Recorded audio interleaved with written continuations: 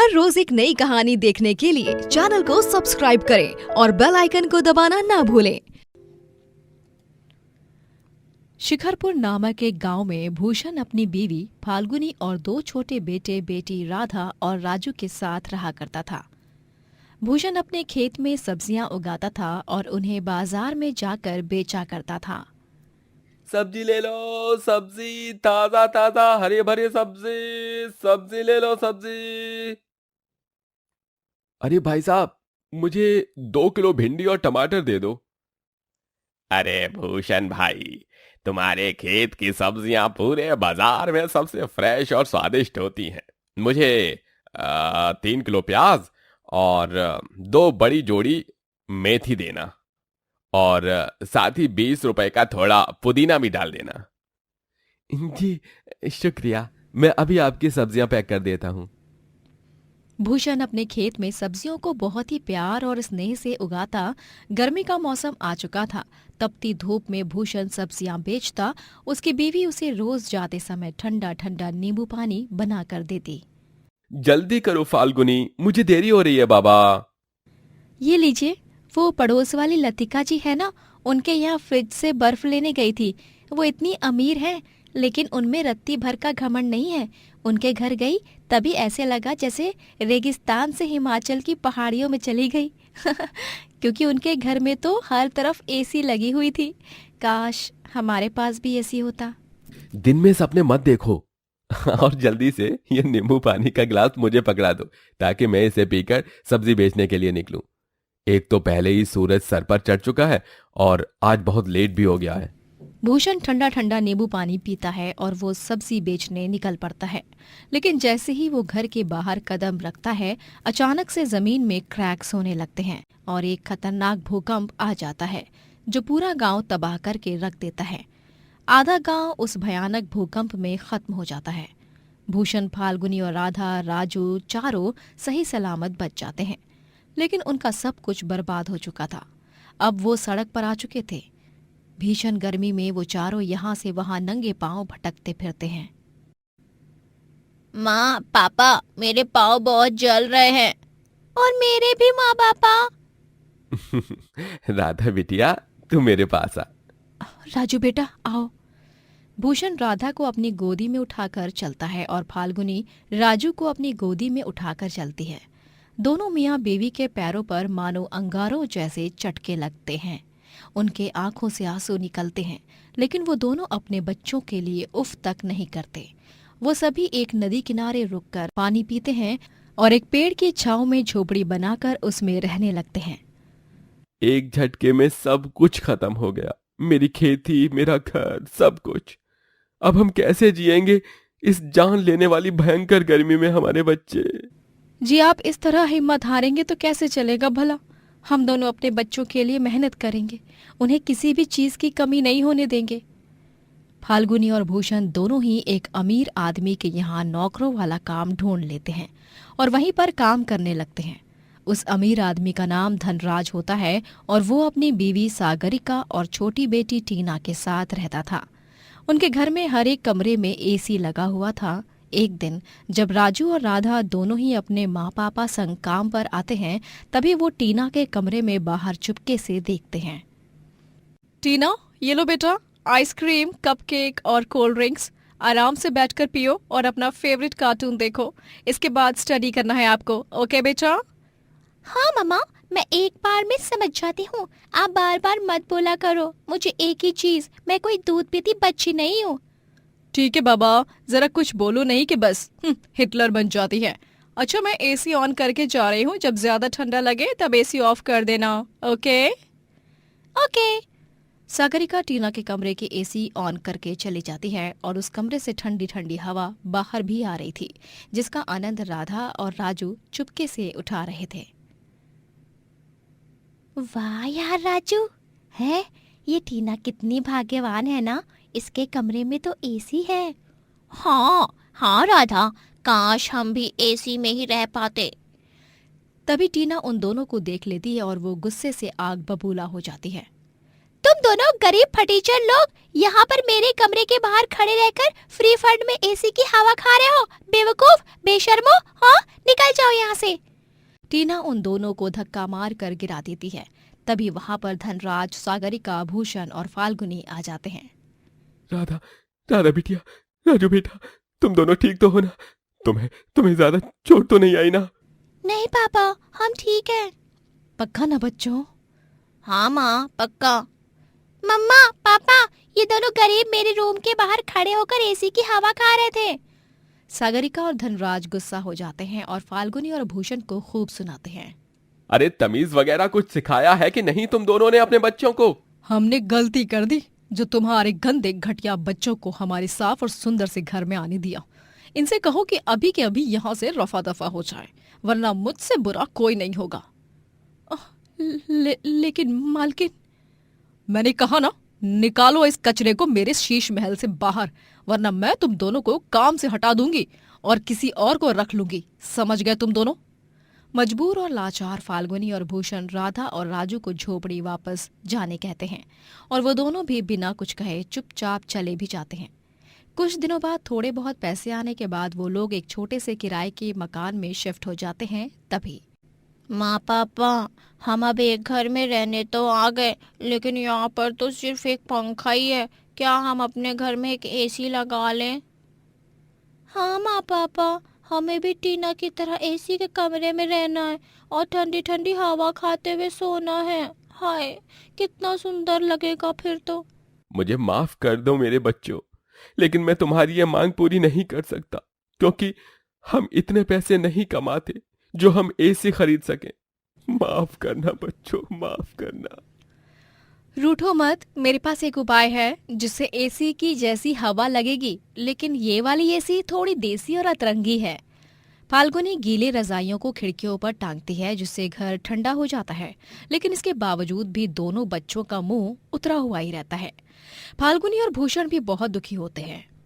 एक दिन भरी दोपहर में जब सागरिका बंगले के गार्डन एरिया में पौधों को पानी दे रही होती है, तभी दो गुंडे आकर उसे एक वैन में किडनैप करके चले जाते हैं। मालकिन! फाल्गुनी, चलो जल्दी, हम साइकिल पर सवार होकर उनका पीछा करेंगे। तुम साइकिल के पीछे बैठकर पुलिस को फोन लगाओ, तब तक जल्दी जल्दी। भूषण और फाल्गुनी दोनों साइकिल पर सवार होकर उन गुंडों की वैन का पीछा करते हैं और आखिरकार उन्हें रोक ही देते हैं। फाल्गुनी सागरिका को गुंडे से अलग करती है और भूषण उन गुंडों को खूब पीटता है। उतने में वहां पर पुलिस आ जाती है और उन दोनों बदमाश गुंडों को गिरफ्तार कर लेते हैं। बाद में जब धनराज और टीना को ये बात पता चलती है, तब उन्हें भी अपनी गलतियों पर शर्मिंदगी महसूस होती है। धन्यवाद भूषण, फाल्गुनी, मैंने तुम दोनों के साथ कभी अच्छा व्यवहार नहीं किया, लेकिन तुम दोनों ने फिर भी मेरी जान बचाई, अपनी जान जोखिम में डालकर। थैंक यू अंकल आंटी, मेरी मम्मी की जान बचाने के लिए। मेरी तरफ से आपको और राधा राजू को भी सॉरी। ये लो भूषण, मना मत करना, इन पैसों को हमारी तरफ से प्यार भरा नजराना समझना। हमें अपनी गलती का पश्चाताप हो चुका है। वो तीनों भूषण और फाल्गुनी से माफी मांगते हैं और भूषण और फाल्गुनी उन पैसों से अपने घर के लिए एसी खरीदते हैं और वो चारों एसी में रहकर बहुत खुश होते हैं। ये हमारे घर एसी आ गई, एसी आ गई। राधा और राजू तो खुशी के मारे झूमते नाचने लगते हैं। इस तरह वो लोग हंसी खुशी से एक साथ एक सुंदर सा जीवन बिताते हैं। शहर का सबसे बड़ा बिजनेसमैन राजनाथ चौधरी अपने परिवार संग एक बड़े बंगले में रहा करता था। उसकी फैमिली में भी बूढ़ी माँ उपासना, पिता प्रेमचंद, दादी मधुबाला, बीवी अवंतिका, छोटा बेटा निकुंज और छोटी बेटी जूही होते हैं। राजनाथ की जान अपने परिवार में बसती है। वो एक बड़ा बिजनेसमैन होने के बावजूद एक सुपर शेफ भी होता है। वो बहुत ही अच्छा खाना बनाता और उसे कुकिंग में बहुत इंटरेस्ट भी होता। ओवन की घंटी बज चुके हैं, इसका मतलब केक अच्छी तरह बेक हो चुकी है।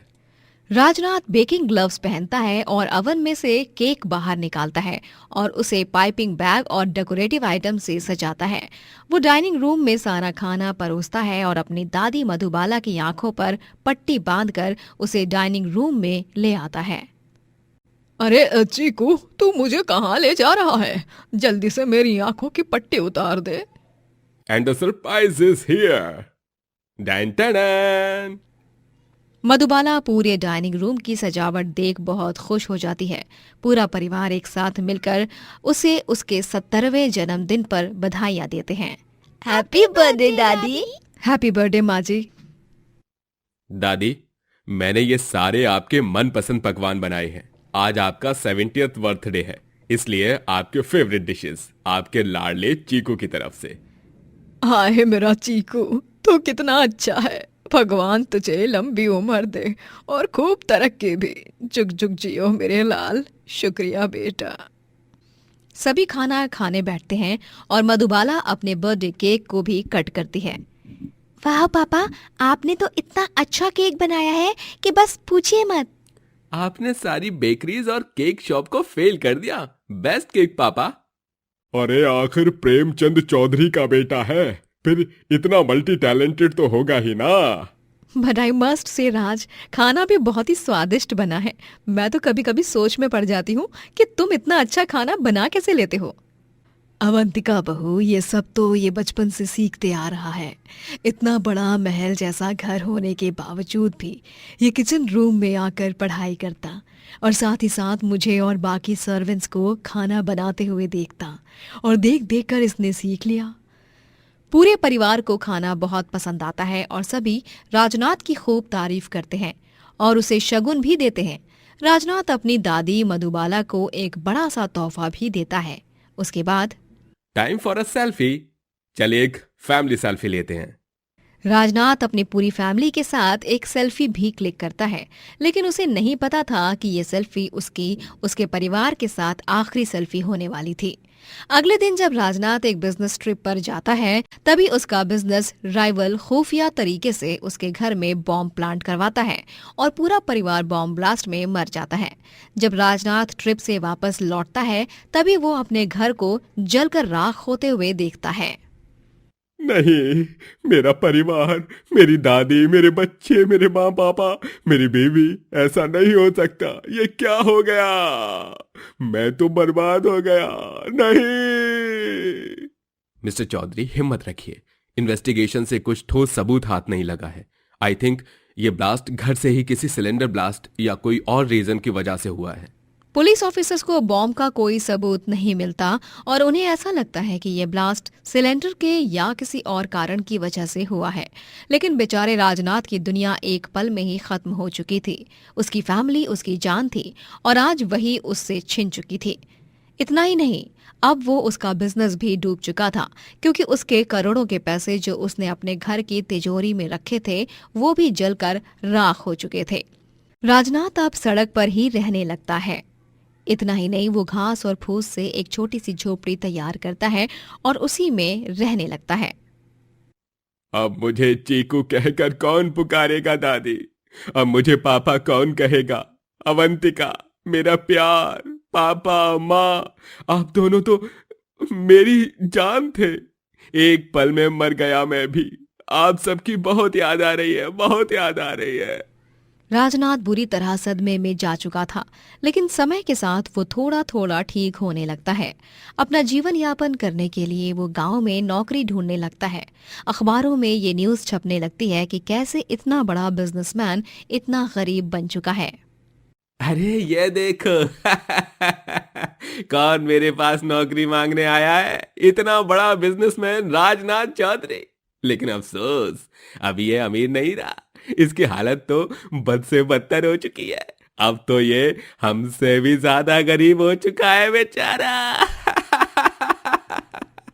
राजनाथ जहां कहीं भी जाता सभी उसे ताने कसते और उसे बुरा भला बोलते हैं। उसे बहुत बुरा लगता है, लेकिन वो इस हालत में था कि वो किसी को कुछ भी नहीं बोल पाता। राजनाथ पूरे एक हफ्ते तक गांव में जगह जगह पर जाकर नौकरी ढूंढता है, लेकिन लोग इतने बुरे होते हैं कि वो उसे जानबूझकर नौकरी नहीं देते। हर तरफ से ठोकर खाने से राजनाथ बहुत टूट जाता है और वो एक ब्रिज पर अपनी जान देने जाता है। अरे मुझे नहीं जीना। मैं यहाँ इस दुनिया में अकेले नहीं रह सकता। मुझे भी मेरे परिवार के पास जाना है। राजनाथ अपनी जान देने जा ही रहा होता है कि तभी उसे एक बूढ़ा आदमी रोक लेता है। वो और कोई नहीं, उसके पड़ोसी देवेंद्र चाचा होते हैं। अरे राजू, राजू, ऐसा मत कर बेटा, उतर जा नीचे। अगर तू ऐसा कदम उठाएगा तो तेरे परिवार वालों की आत्मा को शांति नहीं मिलेगी। तू ऐसा मत कर बेटा, जिंदगी भगवान का तोहफा है। तेरी पूरी फैमिली तुझे जीवन में सफल होते हुए देखना चाहती है। तुझे तेरे परिवार का वास्ता, तू अपनी जान नहीं देगा बेटा। राजनाथ भावुक हो जाता है और देवेंद्र चाचा के गले लगकर फूट फूट कर रोता है। देवेंद्र चाचा उसे अपने घर पर आसरा देते हैं और अब राजनाथ अपना एक ढाबा खोलने का तय करता है। एक ढाबा? जी हाँ देवेंद्र चाचा, एक ढाबा। मैं अपनी फैमिली की याद में एक ढाबा खोलूंगा जिसका नाम चौधरी फैमिली ढाबा होगा, और वहां पर सभी फैमिलीज को मैं प्यार से खाना खिलाऊंगा और उन सभी के साथ अच्छा वक्त गुजारूंगा। बहुत अच्छा सुझाव है बेटा। भगवान तुझे हमेशा खुश रखे बच्चे। राजनाथ ढाबा खोलता है और उसका नाम चौधरी फैमिली ढाबा होता है, जहां पर फैमिलीज खाना खाने आती हैं और राजनाथ सभी फैमिली मेंबर्स के गले में वरमाला पहनाता है और उनकी आरती उतारकर उनका अपने ढाबे में स्वागत करता है। अरे सच में इस फैमिली ढाबे की बात ही कुछ और है। राजनाथ भाई साहब, अब भले ही आपने अपनी फैमिली खोई है, लेकिन इस ढाबे के जरिए आप हर रोज कई सारी फैमिलीज का हिस्सा बन जाओगे और सभी को अपने हाथ के बने स्वादिष्ट खाने से खुश करोगे भाई। धन्यवाद। आपकी कही गई हर एक बात मेरे लिए खूब मायने रखती है। आप भी मेरे ग्राहक नहीं, मेरी फैमिली ही हो। राजनाथ ढाबे में अपनी फैमिली का फोटो फ्रेम लगाकर रखता है और वो रोजाना उन सबको याद करते हुए खाना बनाता है। धीरे धीरे पूरे गांव में राजनाथ का फैमिली ढाबा फेमस हो जाता है और वो ढेर सारे पैसे कमाने लगता है। और कुछ ही महीनों बाद वो एक बड़ा रेस्टोरेंट भी खोलता है, लेकिन हमेशा अपनी फैमिली को अपनी यादों में कायम रखता है। मैं आप सबको बहुत याद करता हूँ। आप लोगों के बिना इस दुनिया में जीना नहीं है। हर एक दिन, हर एक मिनट, हर एक सेकंड मेरे लिए मुश्किल से भी कई गुना ज्यादा मुश्किल है, लेकिन मैं हिम्मत नहीं हारूंगा। मैं जानता हूं दादी, जूही, निकुंज, माँ, पापा, अवंतिका, आप सब मेरे साथ ही हो हमेशा। I love you my family, miss you so much. Rajnath फिर से जीवन में भरपूर तरक्की करता है और इंडिया के सबसे ज्यादा रेस्टोरेंट चेन ओपन करने वाला पहला आदमी बन जाता है। दोस्तों, अगर आपको ये कहानी पसंद आई तो लाइक करें, शेयर करें और कमेंट करके बताएं कि कहानी में आपको सबसे अच्छा क्या लगा।